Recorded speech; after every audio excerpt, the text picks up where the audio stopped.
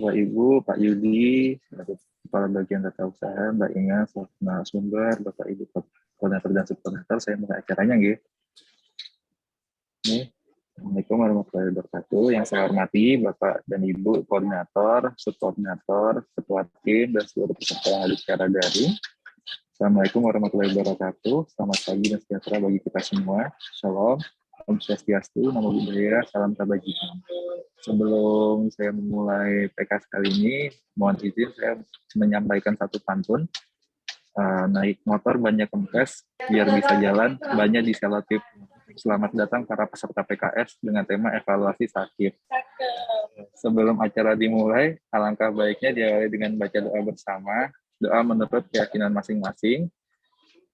Doa dimulai.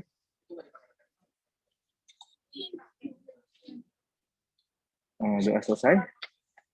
Sesaat lagi kegiatan pelatihan di kantor sendiri dengan tema evaluasi sistem akuntabilitas kinerja instansi pemerintah atau SAKIP dengan narasumber Ibu Brigita Melati, Iswai Yulianti, Ongirwaru, Sarjana Farmasi Apoteker.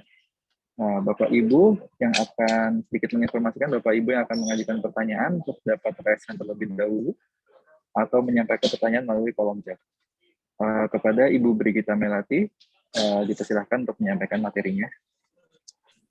Terima kasih Mas Raba, yang kami hormati Pak Ali Yudi dan teman-teman bagian TU, terima kasih atas kesempatannya.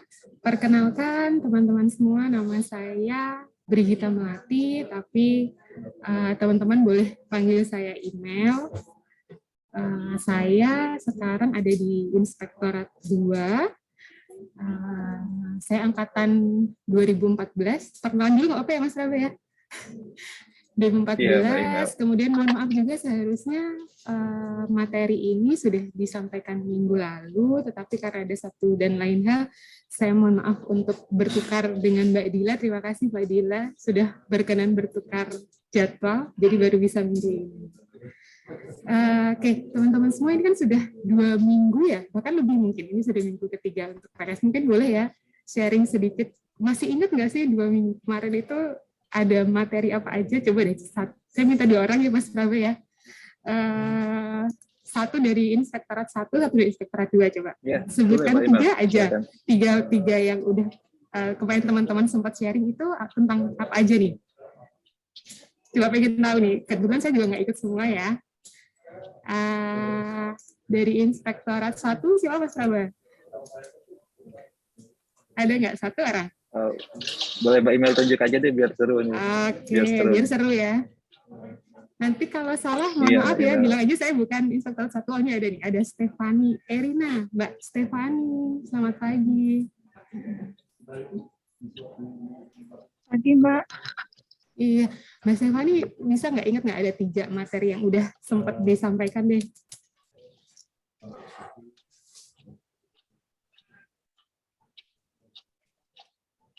Ya, sempat diikutin apa aja? Masih ingat nggak?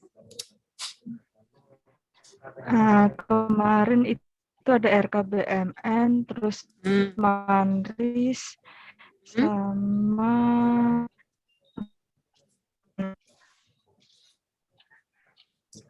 Ayo satu lagi. Nanti yang year 2 nggak boleh sama ya? Kan banyak banget yang lain.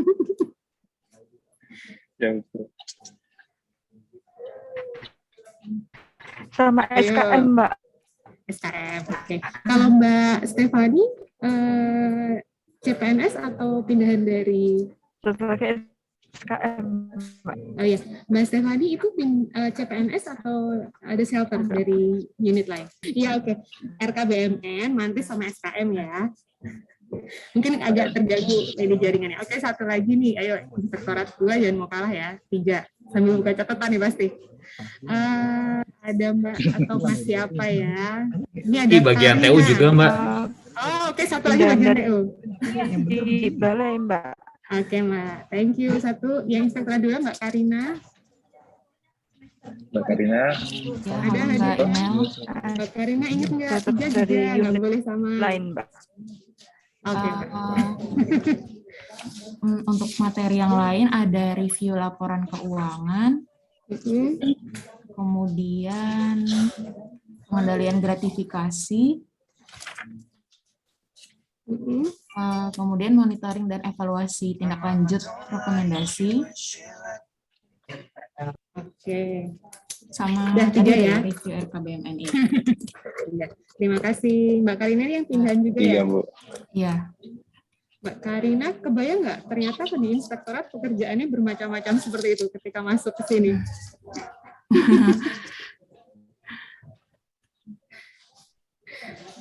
Ternyata banyak ya. Oke, satu lagi tadi requestnya bagian TU siapa? Mas Jian. Saya nggak hafal nih. Ada Mbak Dara. Mbak Dara, boleh. Yang tunjuk Mas Jian loh ya. Ada manajemen resiko. Ayo Mbak Dara. Suara saya jelas? Oke, tadi udah loh manajemen risiko. Manajemen resiko udah ya? PIPK? Jangan resiko belum. dan Agak putus-putus tapi nggak apa-apa. Apalagi Mbak, selain manajemen risiko. Pengendalian gratifikasi udah ya? Oke, betul. Satu lagi deh. Ya. Review laporan Masih ada keuangan? nggak? Udah. Apa udah habis?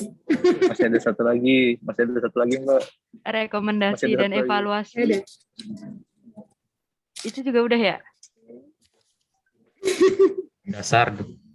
Dasar-dasar audit. Ya, yang pertama sekali malah ya. Dasar-dasar audit. Oke, terima kasih Mbak Dara.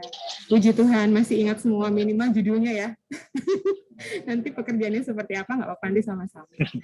Baik teman-teman, kita mulai saja. Kita ini dari tadi ya yang 9 yang sudah disebutkan teman-teman juga masih nambah lagi, nanti siang masih ada lagi, besok masih ada lagi. Jangan patah semangat, tidak perlu khawatir karena pekerjaan ini tidak dikerjakan sendiri tapi nanti juga bersama tim, jadi teman-teman nggak usah takut gitu karena kita kerja sama-sama. Yuk Mas Prabah boleh minta tolong, mohon maaf ya, kita sekarang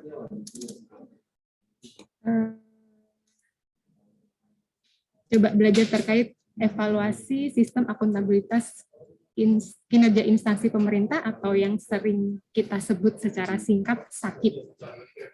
Saya sendiri baru tahun ini untuk terjun langsung untuk ini ya menangani SAKIP, tapi sebelum tahun-tahun sebelumnya sudah bersama juga dengan tim Mas Wikan, dengan teman-teman untuk melakukan evaluasi SAKIP di Badan POM. Oke, nanti kita sedikit terkait apa itu SAKIP, mungkin hal baru untuk teman-teman CPNS, kalau teman-teman yang shelter sudah familiar sekali ya terkait SAKIP, lalu seperti apa evaluasinya. Kita lanjut.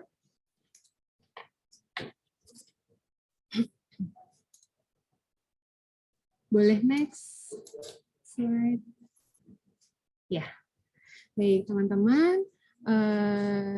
Jadi di pemerintahan kita itu ada perubahan, bukan sedikit ya sebenarnya perubahan besar terkait paradigma di mana yang dulu kinerja pemerintah itu dinilai berdasarkan anggaran yang diserap atau anggaran yang dikelola, yang digunakan dalam satu tahun anggaran. Atau yang biasa kalau ya kita sebutnya sebagai input oriented itu berapa besar dana yang telah dihabiskan oleh pemerintah atau oleh suatu kementerian atau lembaga. Kemudian paradigma itu bergeser menjadi outcome oriented, yaitu berapa besar kinerja yang dihasilkan dan kinerja tambahan yang diperlukan agar tujuan yang telah ditetapkan tersebut tercapai. Nah, jadi kalau dulu dikasih uang begitu ya, oke, Badan POM 5 triliun dinilai berdasarkan yang terserap berapa, misal 4,9 triliun. Nah, sekarang tidak hanya soal penyerapannya, tetapi tujuan Badan POM itu apa, kemudian bagaimana, apa saja program kerjanya, apa saja kegiatan yang disusun dalam rangka mencapai tujuan itu harus kita susun, kemudian baru Badan POM bisa mendapatkan anggaran berdasarkan program-program kegiatan yang telah kita susun. Dan penilaiannya tidak hanya tadi berdasarkan terserap atau tidaknya, tetapi tercapai atau tidaknya sih program kegiatan dalam rangka pencapaian tujuannya si Badan POM atau kementerian lembaga pada umumnya ya. Nah, adanya perubahan seperti itu teman-teman. Jadi tidak lagi uang aja, tetapi yang dilihat adalah kinerjanya, tujuannya tercapai atau tidak. Dan dalam proses perencanaan, kalau yang sekarang terkenalnya adalah ini ya, money follow program gitu. Jadi kalau kita menyiapkan dulu tujuan program kegiatan kita seperti apa, kita sampaikan, kemudian barulah kita bisa mendapatkan, kita membutuhkan uang berapa sih untuk pelaksanaan pencapaian tujuan itu, baru kemudian kita mendapatkan uangnya gitu, atau mendapatkan anggarannya. Jadi tidak mentah-mentah anggaran ini mau dipakai apa, tetapi kita punya program apa, baru kita untuk mencapai program itu kita membutuhkan anggaran berapa. Oke, jadi kalau untuk, nah tadi kan disampaikan kita punya tujuan, kita punya program, punya kegiatan, dan kita mendapatkan anggaran untuk melaksanakan program dan kegiatan tersebut dalam rangka pencapaian tujuan.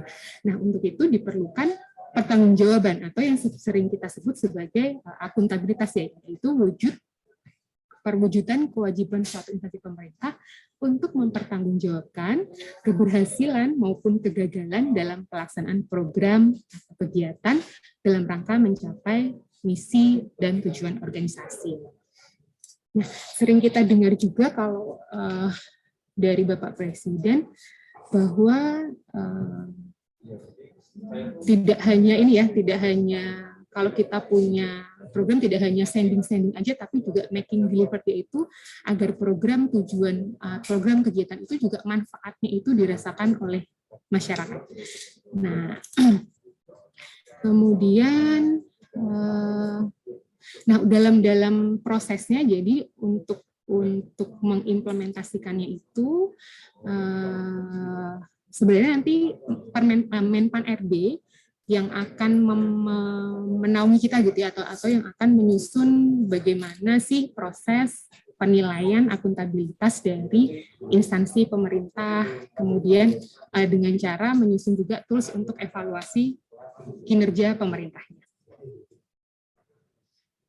Nah, hasil dari implementasi SAFIT ini, lagi-lagi tujuannya adalah agar organisasi atau agar kementerian lembaga itu memiliki kinerja dengan memanfaatkan anggaran ya secara efektif, efisien, dan ekonomis.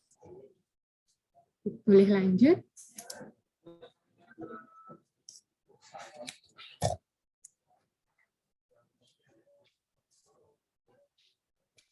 Oke.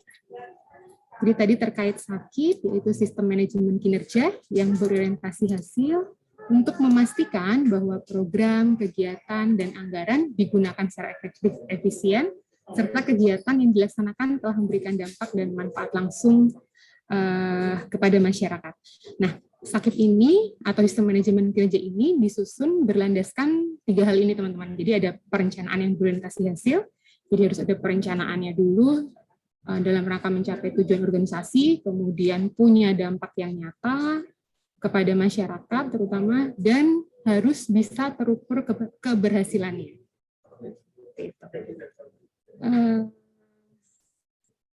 Ya, ini sedikit aja, jadi memang sejak Presiden Jokowi ini terus ditekankan ya bahwa tidak hanya anggaran yang terserap, tetapi anggaran itu digunakan dan dirasakan oleh masyarakat, bermanfaat untuk masyarakat. Oke, kita lanjut. Ini beberapa dasar hukum terkait akuntabilitas kinerja di pemerintah. Dimulai dari instruksi presiden, kemudian ada peraturan pemerintah, ada peraturan presiden. Nanti kalau teman-teman ada waktu boleh sambil browsing juga. Kemudian secara teknis diturunkan oleh Menpan RB. Dengan disusunnya Permenpan RB, kemudian Badan POM sendiri juga sudah menyusun pedoman penyelenggaraan sistem akuntabilitas kinerja di lingkungan Badan POM sesuai dengan keputusan Kepala Badan POM.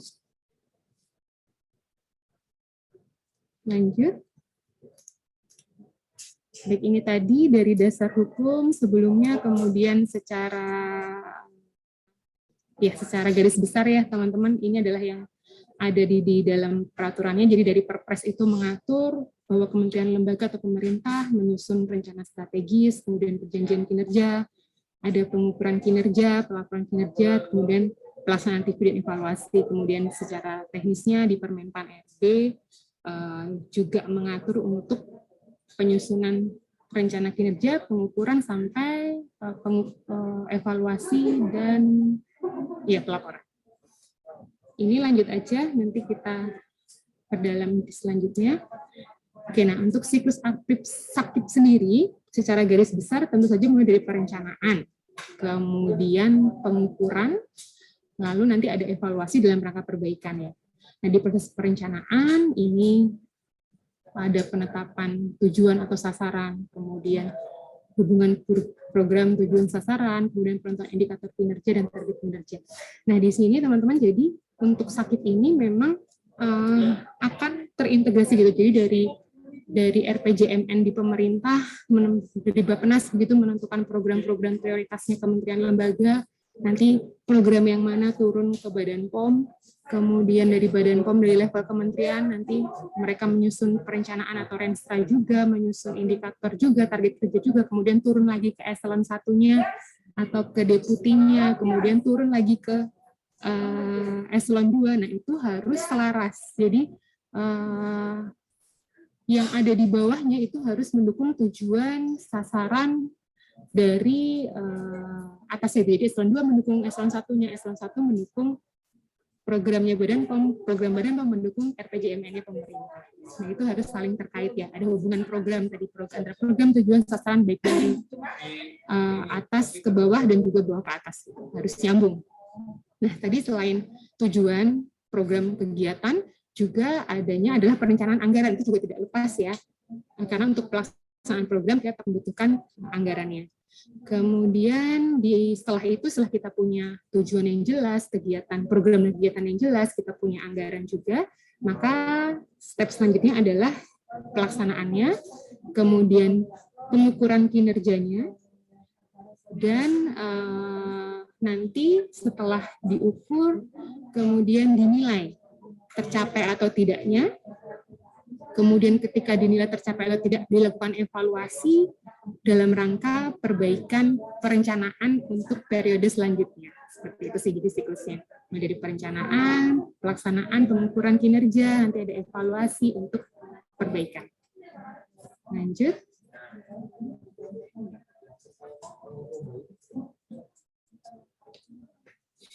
Ya, ini tujuan secara garis besar dari implementasi sistem akuntabilitas kinerja. Yang pertama adalah perencanaan yang berorientasi kinerja atau yang berorientasi hasil gitu ya. Kemudian pelaporan lebih berorientasi hasil, jadi dari perencanaan, pelaporan, lalu adanya integrasi manajemen keuangan dengan manajemen kinerja, lalu mendorong pimpinan untuk melakukan monitoring dan pengendalian. Dan ini harapannya juga agar setiap hambatan atau kendala yang dialami itu dapat segera diselesaikan dan memperoleh perbaikan atau memperoleh rekomendasi perbaikan untuk perencanaan di periode selanjutnya.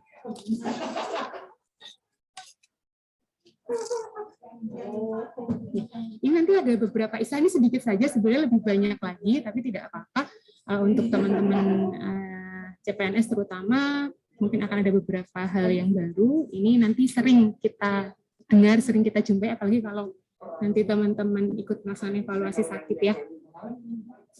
Yang pertama ada sasaran strategis organisasi. Ini kalau secara ini ya istilahnya adalah kondisi yang ingin dicapai secara nyata oleh organisasi dalam rangka mencapai visi misi yang mencerminkan pengaruh yang ditimbulkan oleh adanya hasil atau outcome dari satu atau beberapa program. Ini sasaran strategis. Nanti kita juga akan sering mendengar ada sasaran program, kalau ini dalam jadi hasil yang dicapai dalam suatu program gitu. Kalau kegiatan berarti hasil yang dicapai dalam suatu kegiatan. Kemudian itu teman-teman juga bisa ada istilah indikator kinerja sasaran strategis. Jadi ini adalah alat ukurnya untuk menilai keberhasilan capaian sasaran strategis. Nanti ada indikator kinerja program, berarti yang alat ukur untuk menilai sasaran program. Seperti itu. Jadi ada sasaran, kemudian kita kan sudah punya, kita menentukan sasaran atau istilahnya tadi apa ya, kondisi yang ingin kita capai. Nah, itu diukur dengan apa? Nah, itu dengan indikatornya. Jadi kita punya indikator yang nanti tujuannya adalah untuk mengukur keberhasilan sasaran yang sudah kita tetapkan.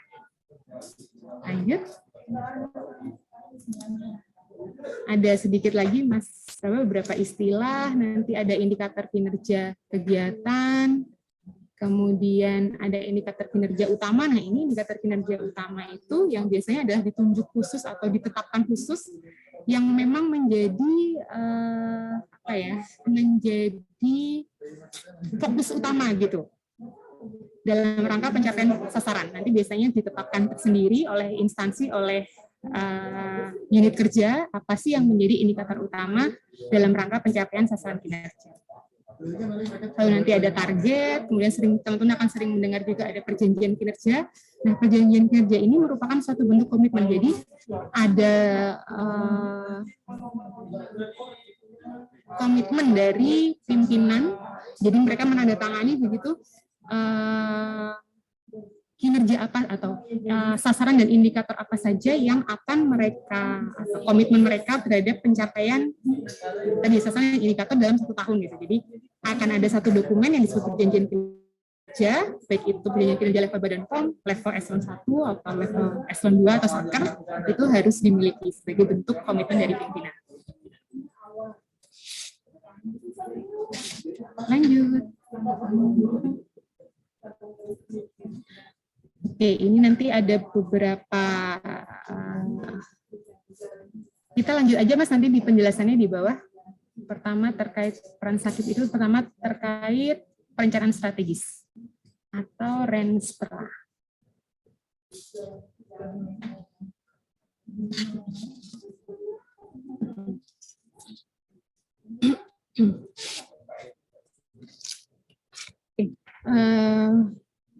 Renstra atau rencana strategis tadi merupakan kalau kita ngomong di level Badan POM aja ya. Jadi ini merupakan nanti turunan dari RPJMN-nya pemerintah. Kemudian tadi ya kita sudah masing-masing kementerian lembaga juga menyusun perencanaan, termasuk juga nanti program prioritas yang diturunkan dari pemerintah ke masing-masing instansi. Nah, Renstra ini teman-teman harus memuat visi, kemudian misi, tujuan yang nantinya akan diukur dengan indikator kinerja. Nah, tadi ya, indikator itu kan adalah alat ukur untuk menilai pencapaian atau bersih tidaknya suatu sasaran kinerja. Nah, nanti Badan POM akan memiliki Renstra dan diturunkan ke Renstra unit eselon 1, ke Renstra satker, ke balai seperti itu ya, dan harus mendukung. Jadi cascade gitu. Jadi Renstra eselon 1 itu harus jalan juga dengan Renstra Badan POM. Renstra satker juga harus jalan dengan Renstra Badan POM.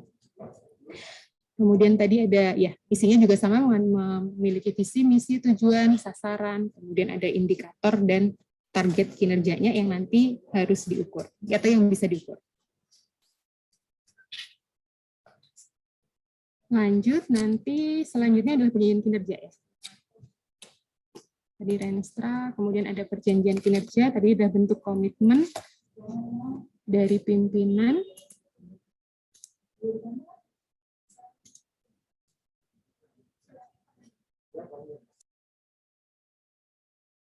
Oh, sorry. Mas Praba boleh lanjut? Nah, ini teman-teman tadi ya, untuk di Renstra harus memuat visi, misi, tujuan, sasaran. Ini salah satunya yang saya ambil dari Renstra Badan POM.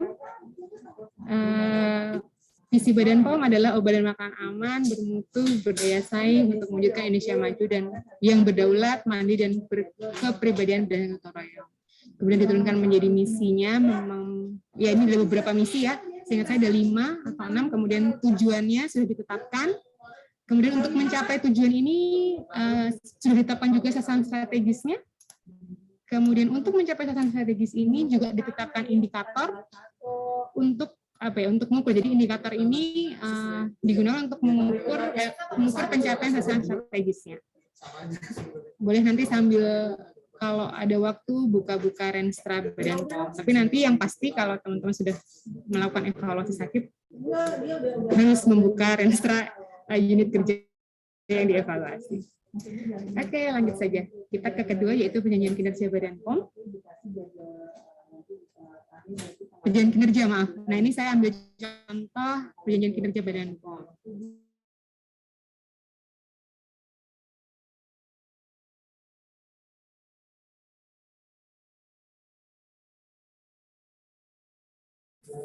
Oke, mohon maaf saya terputus lagi. Ya, tadi ya teman-teman, saya sampaikan bahwa ini merupakan wujud komitmen dari pimpinan. Jadi nanti ada satu lembar begitu yang ditandatangani oleh pimpinan instansi maupun unit kerja. Yang isinya adalah sasaran strategisnya, kemudian indikator kinerja, kemudian target yang ingin dicapai dalam tahun berjalan. Jadi kalau untuk tahun 2021, maka akan disusun perjanjian kinerja tahun 2021.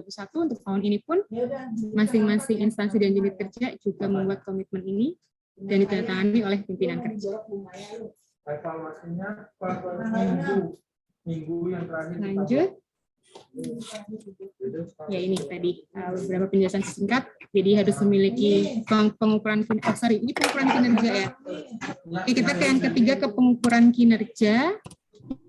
Jadi tadi kan kita sudah punya sasaran, sudah punya indikator kinerja untuk mengukur sasarannya. Nah selanjutnya adalah terkait pengukuran kinerjanya. Ibu nggak punya kertas gini lagi nggak? Pengukuran kinerja Minta bisa dilakukan sebagai dasar untuk menilai keberhasilan atau kegagalan kinerja yang sudah diperjanjikan ya, baik yaitu dalam perjanjian kinerja. Kemudian ini juga dilakukan dengan cara membandingkan realisasi kinerja dengan target kinerja. Kemudian hasil pengukuran kinerja ini merupakan sumber data di kinerja yang digunakan dalam penyusunan laporan kinerja. Oke, nah untuk pengukuran kinerja ini kalau di Badan POM secara rutin, jadi secara triwulanan pelaporan dilakukan pengukuran kinerja dan dilaporkan. Kemudian, pelaporan pengukurannya tadi menggunakan indikator dan kita sudah memiliki definisi operasional yang jelas untuk masing-masing indikator kinerjanya sehingga dapat dilakukan pengukuran. Lanjut. Yang keempat adalah pengolahan data kinerja. Ini juga peran dari Sakip. Pengolahan data kinerja ini dilakukan dalam rangka pemantauan dan pengendalian pencapaian kinerja atas target yang ditetapkan. Kemudian dilakukan oleh unit organisasi dengan cara mencatat, mengolah, dan melaporkan data kinerja. Kemudian ini ya dilakukan periodik setiap triwulan, jadi pengukuran dilakukan tiap triwulan, termasuk juga pengelolaan pelaporannya. Lalu ini juga yang sedang kita kembangkan, yaitu pengembangan aplikasi atau menggunakan IT untuk media baik itu pengukuran maupun pengumpulan data kinerja secara berkala.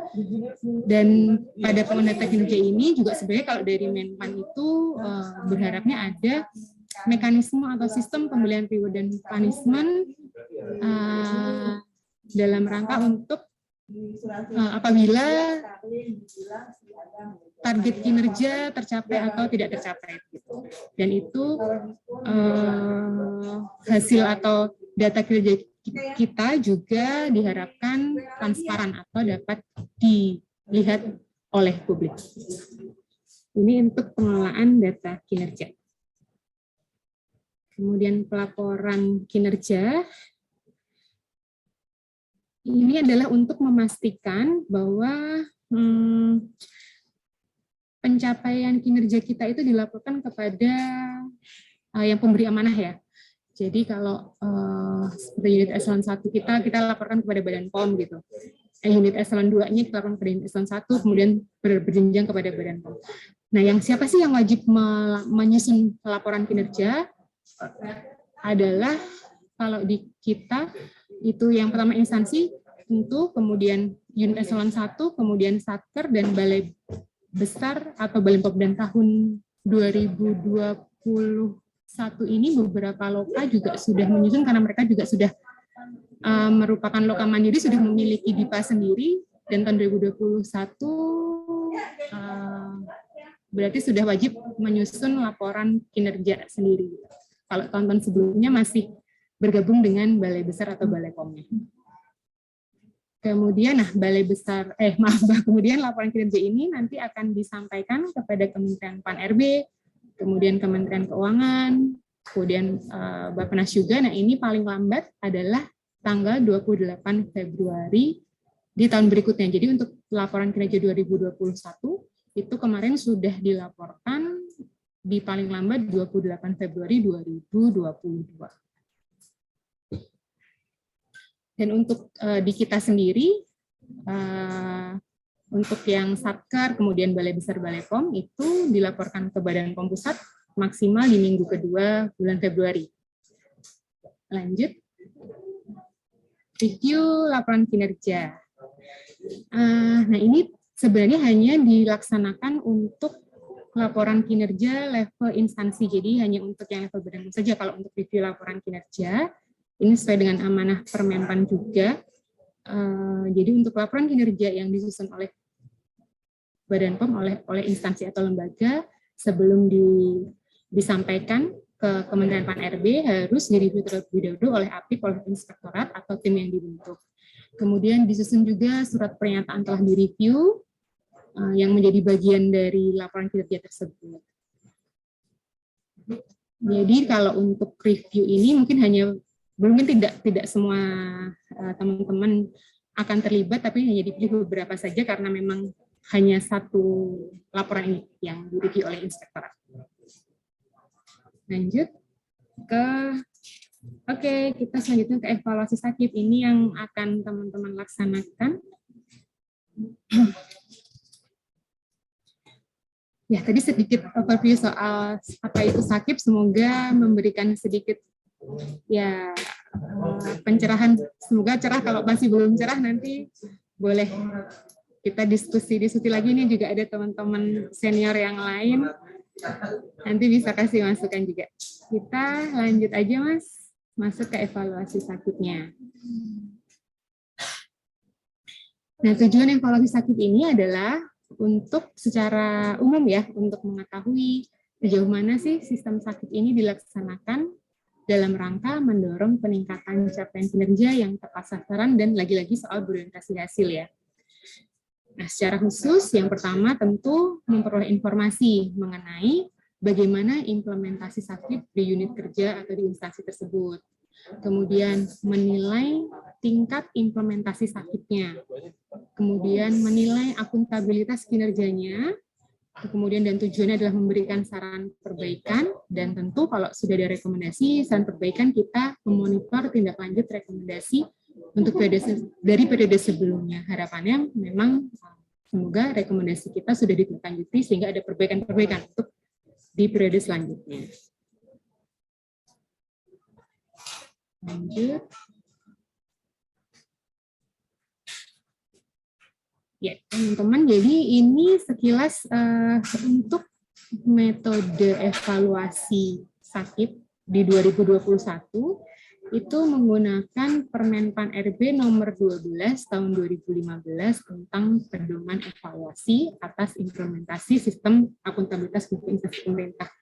Namun di tahun 2022 ini sudah ada Permenpan baru, jadi nanti akan ada sedikit perubahan, tetapi secara garis besar untuk komponen evaluasinya ini ada 1, 2, 3, 4, 5, ada 5 komponen. Tahun ini kita akan evaluasi hanya ada 4 komponen saja.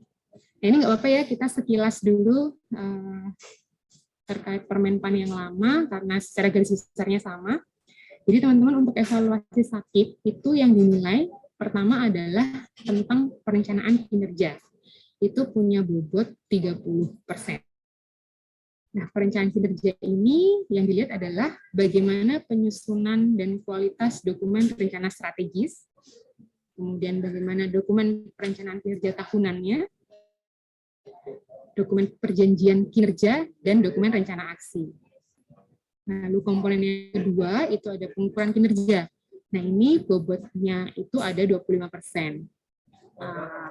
Yang dilihat itu ada indikator kinerja utama, tadi ya sempat ada, kita ada definisi kinerja utama, kemudian cascading-nya indikator sampai ke eselon 3, eselon 4, kemudian bagaimana mekanisme pengumpulan data kinerjanya.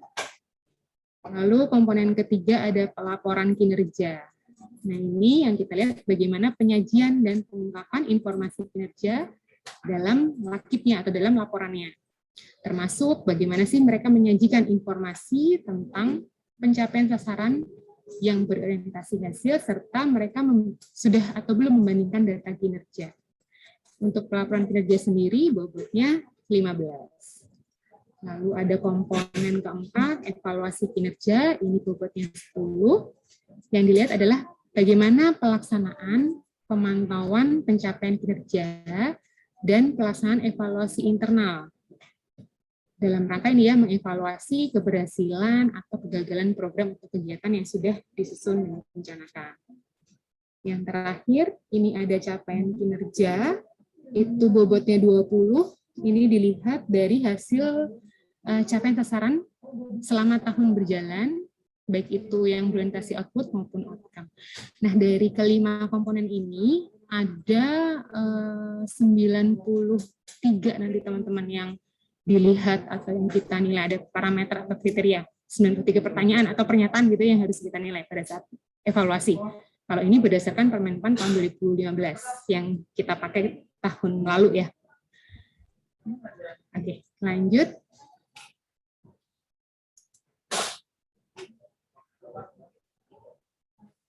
Ya, ini perubahannya. Jadi untuk Permenpan terbaru itu ada perubahan dari bobot masing-masing komponennya. Dan ada satu komponen yang tidak muncul tersendiri gitu. Jadi kalau yang sebelumnya di pengukuran kinerja bobotnya 25, untuk Permenpan baru sekarang bobotnya 30. Kemudian di evaluasi internal sebelumnya 10, sekarang di Permenpan baru jadi 25. Nah, capaian kinerja sendiri ini untuk Permenpan baru tidak ada penilaian khusus atau komponen khusus tersendiri. Namun nanti akan ada pertanyaan atau pernyataan terkait capaian kinerja di evaluasi internal gitu. Jadi sebenarnya lumayan membantu karena kalau sebelumnya itu kalau setiap misal unit kerja ada target tidak tercapai, itu di komponen terakhir ini akan ngaruh sekali, nilainya akan turun. Tapi karena sudah digabung ke evaluasi internal, nanti diharapkan mungkin fokusnya tidak lagi tercapai atau tidak, tetapi Menpan sekarang fokusnya adalah evaluasinya gitu. Kalau nggak tercapai, kemudian bagaimana nih? Apakah sudah dievaluasi? Apakah sudah ada rencana perbaikan? Lebih ke situ. Jadi tidak ke hasilnya aja dulu, lebih ke proses.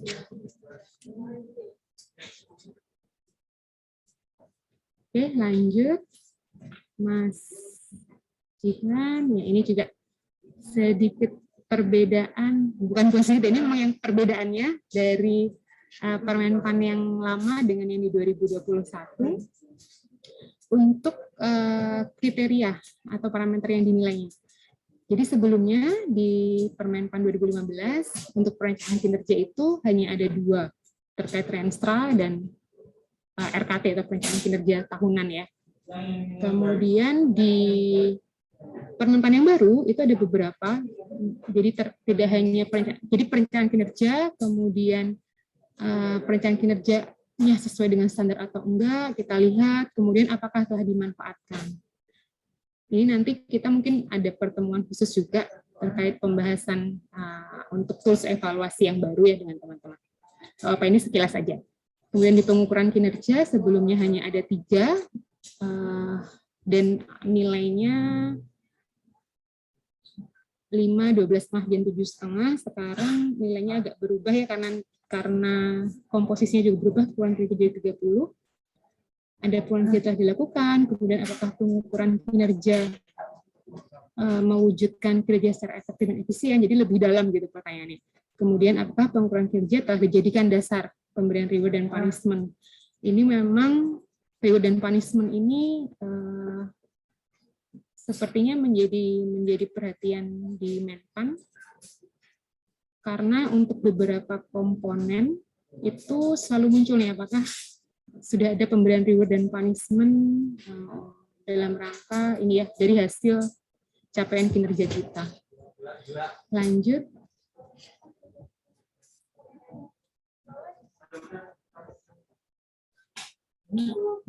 Nanti yang ketiga, komponen ketiga ada pelaporan kinerja. Di pelaporan kinerja untuk bobotnya tidak berubah, hanya nanti yang berubah parameter-parameter di dalamnya ya. Jadi sebelumnya ada pemenuhan pelaporan, kualitas pelaporan, pemanfaatan pelaporan. Nah, sekarang lebih dalam lagi.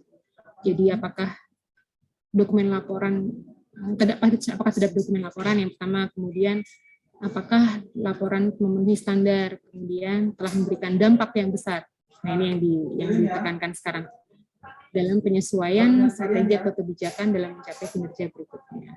Lalu ada evaluasi internal. Ini sebenarnya sama evaluasi. Ini pelaporan kinerja. Saya salah kah? Sebentar, Mas.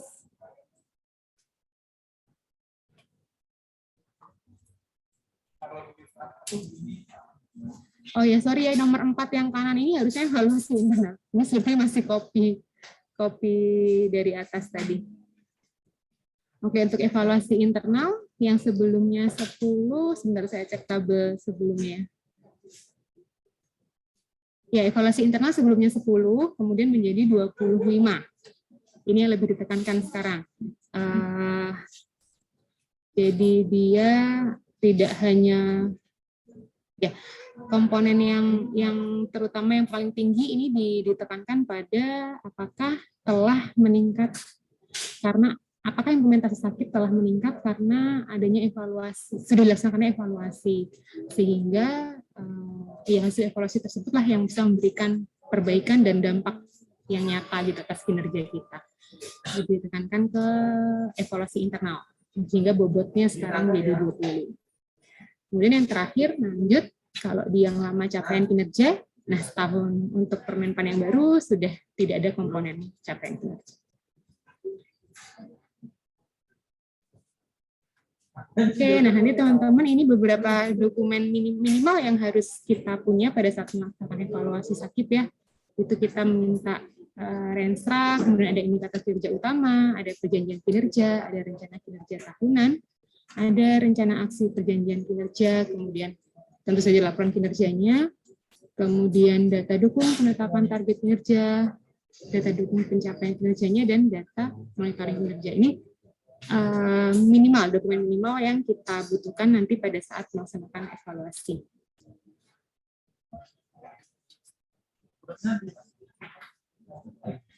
Lalu bagaimana sih nilai sakitnya atau interpretasi nilai sakitnya? Ini teman-teman ada 7 ya, ada 7 grade nilai sakit, mulai dari D itu untuk nilainya 0 sampai 30 atau sangat kurang. Ini artinya adalah sistem tidak dapat diandalkan.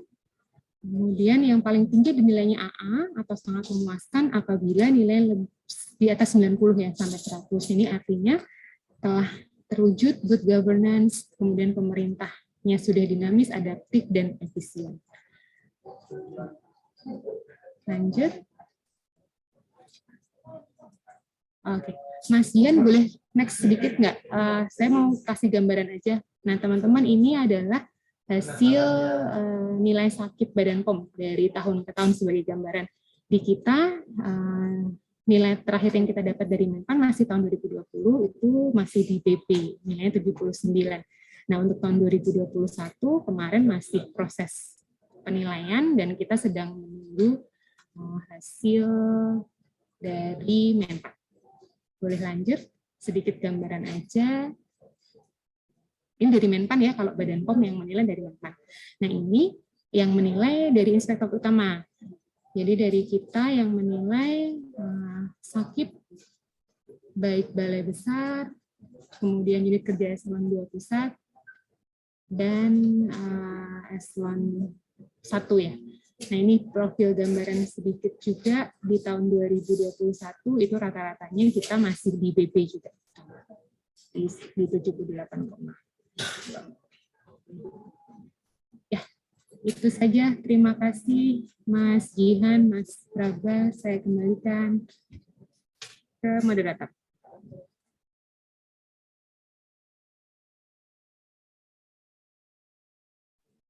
Oh ya, nanti mungkin saya boleh share LKE nggak untuk gambaran teman-teman ya? Jadi kita ada toolsnya, teman-teman nggak usah khawatir, ada tools. Tadi ada 93 kriteria itu sudah ada toolsnya. Tinggal kita melihat, kemudian melihat data dukungnya, kemudian menilai. Sebagai gambaran aja ya, secara singkat.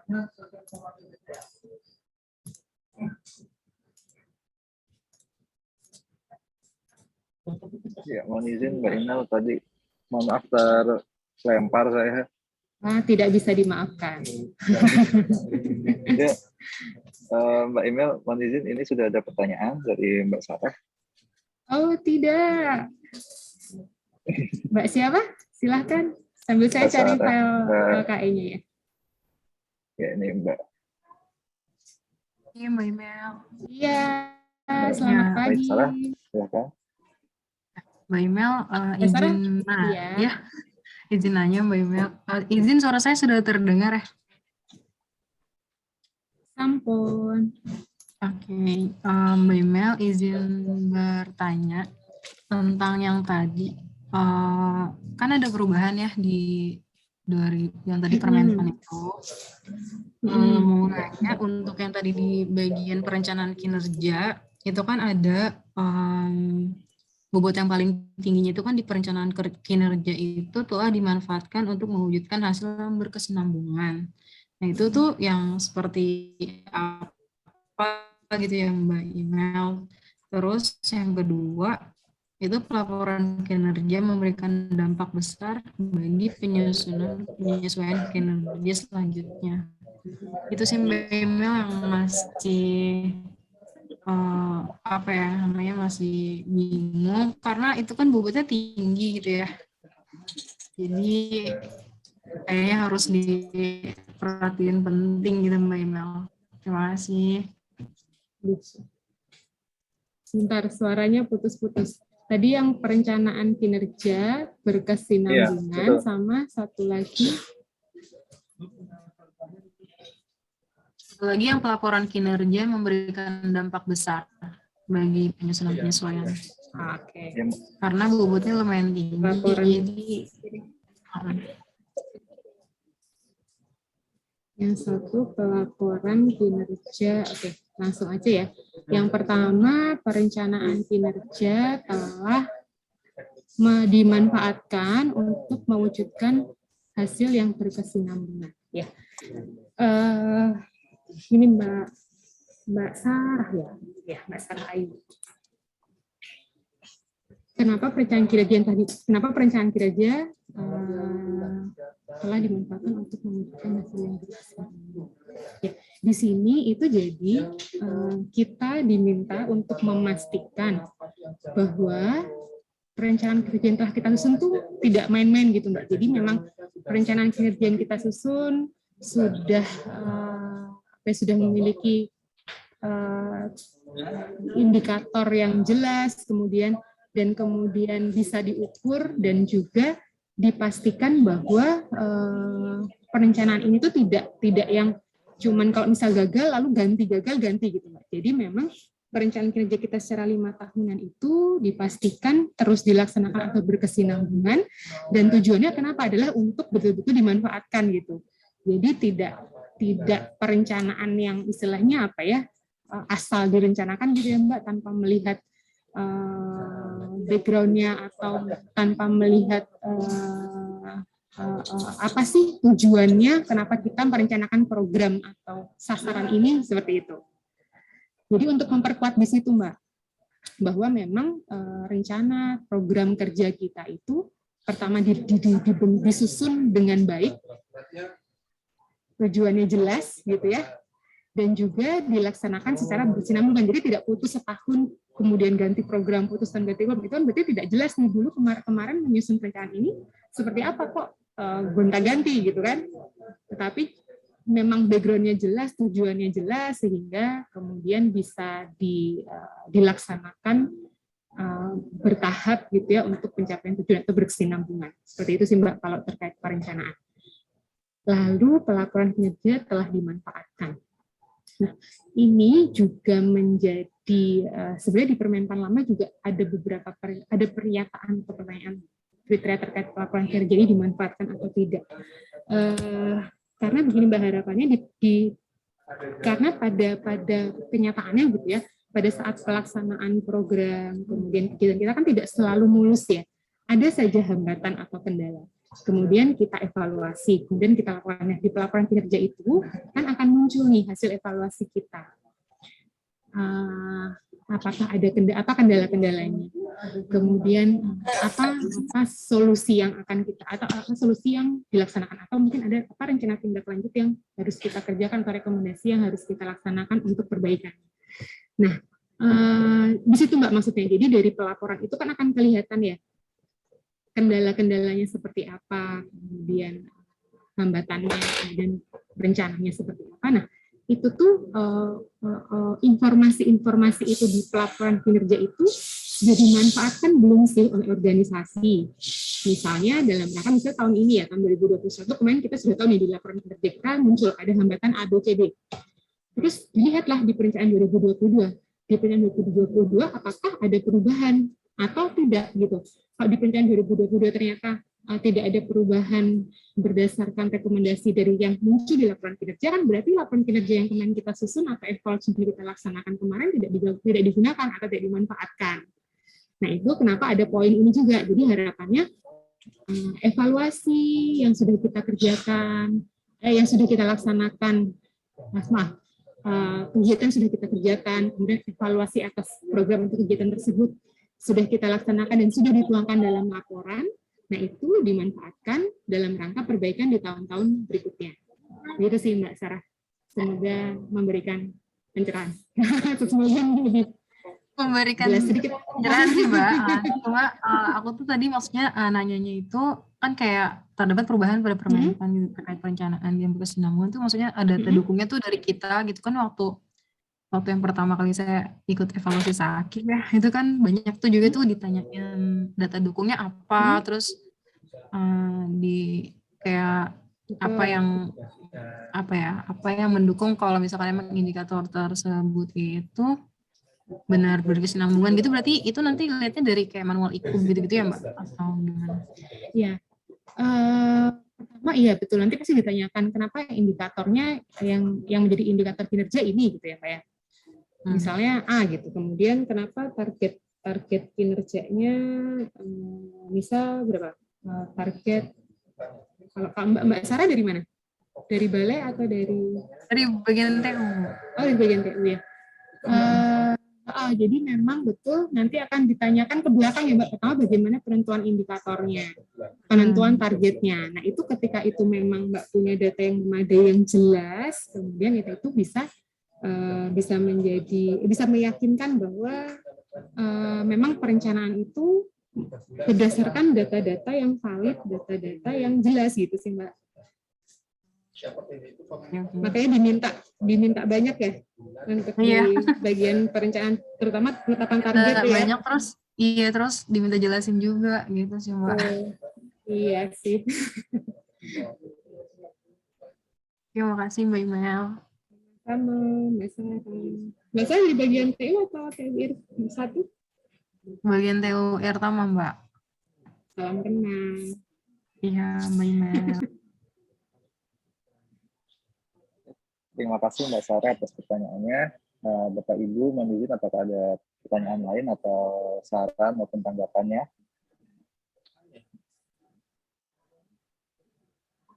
Mas Praba katanya mau bantuin jawab.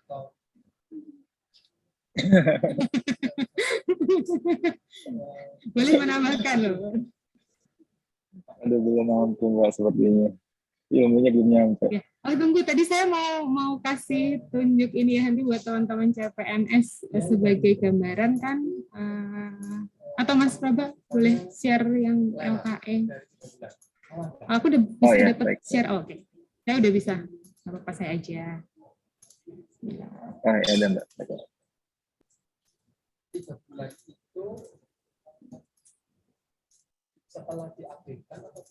Jadi teman-teman nggak usah khawatir, nanti sudah ada toolsnya. Ya saya bilang sih nggak usah khawatir, tapi sebenarnya khawatir juga. Kalau yang sudah pernah ikut melaksanakan evaluasi sakit, sama pusingnya. Nggak apa-apa. Nanti kita pasti sebelum mulai kita ada penyamaan persepsi. Kemudian nanti kita diskusi dulu. Ya.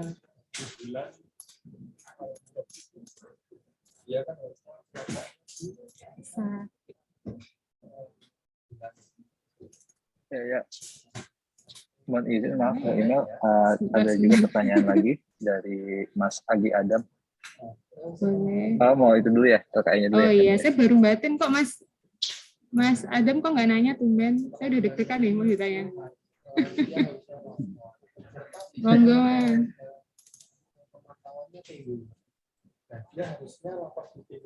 Nggak apa-apa sambil ini nggak apa. Ya, Mbak Imel, Baik. mohon izin tanya Mbak Imel. Tadi di awal slide disebutkan kalau untuk sakit saat ini itu kan lebih ke arah outcome-nya, hasilnya. Tapi tadi pas lagi dibandingkan antara Permenpan RB yang lama dengan yang baru, ada satu yang terkait hasilnya malah dihilangkan. Kenapa ya Mbak ya? Maksudnya bukannya kita fokusnya ke hasil yang di awal, kok tiba-tiba jadinya di pertengahan tadi yang di perbandingan antara Permenpan RB sama yang baru, jadi prosesnya yang dilihat kayak gitu. Gimana Mbak? Jadi Mas Adam, kalau di LKI yang lama itu memang ada komponen terkait capaian kinerja. Tetapi ini murni hanya berdasarkan angka. Jadi hanya melihat misalnya target indeks badan makanan Badan POM, let's say targetnya 90 gitu ya. Tapi capaiannya ada 80. Jadi betul-betul hanya melihat kalau 80 berarti dia nggak tercapai gitu. Tapi tanpa melihat proses di dalamnya. Ada apa sih kenapa tidak tercapainya itu? Jadi hanya tadi ya, kalau tadi ya di depan saya bilang kan, Presiden Jokowi juga bilang jangan hanya sending aja, tetapi make it delivered gitu. Jadi kalau hanya melihat angka itu tidak bisa menjadikan itu sebagai dasar utama gitu Mas. Betul memang harus dinilai capaiannya, tetapi tidak hanya melihat dari angka, tapi kita lihat di prosesnya dan benar nggak sih? Jadi gini, bisa jadi dengan angka 80 itu sebenarnya program kita tercapai semua. Apa yang kita berikan ke masyarakat itu sebenarnya tercapai. Bisa jadi ternyata permasalahannya adalah kita yang menetapkan target terlalu tinggi misalnya. Seperti itu. Ada hal yang seperti itu tuh yang tidak tercover dari hanya nilai capaian. Seperti itu. Jadi tidak karena memang kalau di LK-nya murni yang dilihat adalah nilai tercapai atau tidak, seperti itu. Dibandingkan tahun lalu lebih tinggi atau tidak, gitu. Sedangkan hal-hal untuk itu kan banyak yang untuk banyak hal terkait baik itu penetapan target maupun di capaian. Itu sih Mas Adam. Yang mungkin menjadi pertimbangan utama ya dari Menpan juga. Jadi tidak hanya melihat angka hasil di akhir, tapi mau lihat proses dalam pencapaiannya.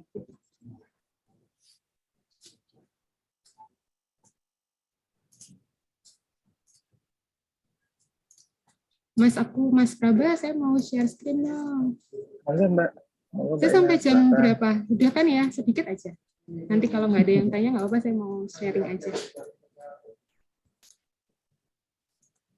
Oke, teman-teman, ini yang tahun lalu, tahun kemarin ya, kita evaluasi. Jadi sudah ada tools, LKE-nya tadi ada di perencanaan, ini 30%, nanti sudah ada beberapa pernyataan. Ini, kemudian ada Renstra, kita nilai, lalu tadi ada perjanjian kinerja tahunan dinilai, seperti ini. Nah bedanya adalah kalau yang di Permenpan lama, itu per kriteria ini kita menilai, ada nilai per kriterianya gitu ya. Nanti di Permenpan yang baru,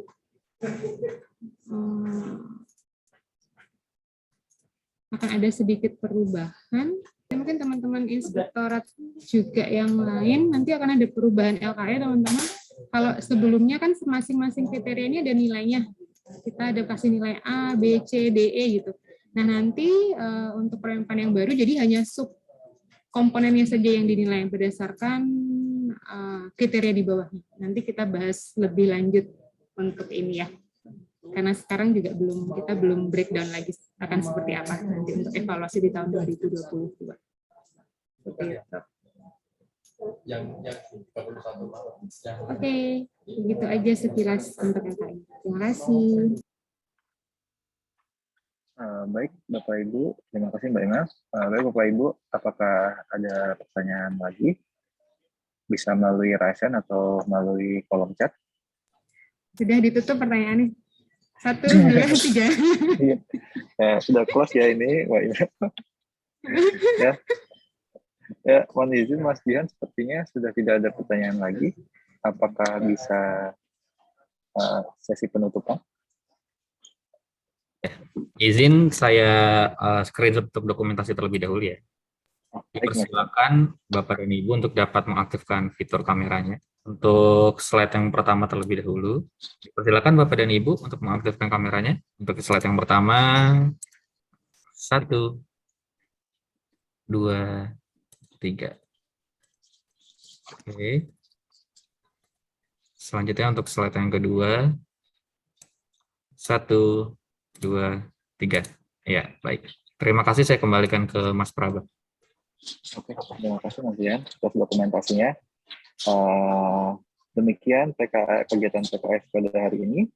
Atas nama panitia, kami mohon maaf apabila ada kekurangan dalam kegiatan ini. Sedikit pantun penutup. Mbak Nabila izin terkait apa?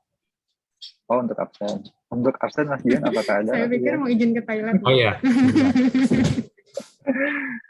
Ya. Ya, baik. Mohon maaf belum saya ini ya. Iya, Mas Jihan, sepertinya belum. Silakan untuk diisi link absennya terlebih dahulu. Ya, Bapak Ibu jangan lupa ya diisi absennya. Ya, izin menutup kegiatan PKS pada hari ini. Atas nama panitia kami mohon maaf apabila ada kekurangan dalam kegiatan ini. Sedikit pantun penutup ya, Mbak Imel dan Bapak Ibu. Angin berembus berkelana, hujan indah rintik-rintiknya. Tidak ada yang sempurna, mohon saran dan kritiknya. Cakep. Terima kasih teman-teman. Terima kasih. Sampai Terima jumpa kasih. lagi. Wassalamualaikum warahmatullahi wabarakatuh. Waalaikumsalam. Terima kasih Mas Praba. Terima kasih Mbak Imel. Kami sami. Terima kasih Pak Yudi, Mbak El. Terima kasih. Pamit ya.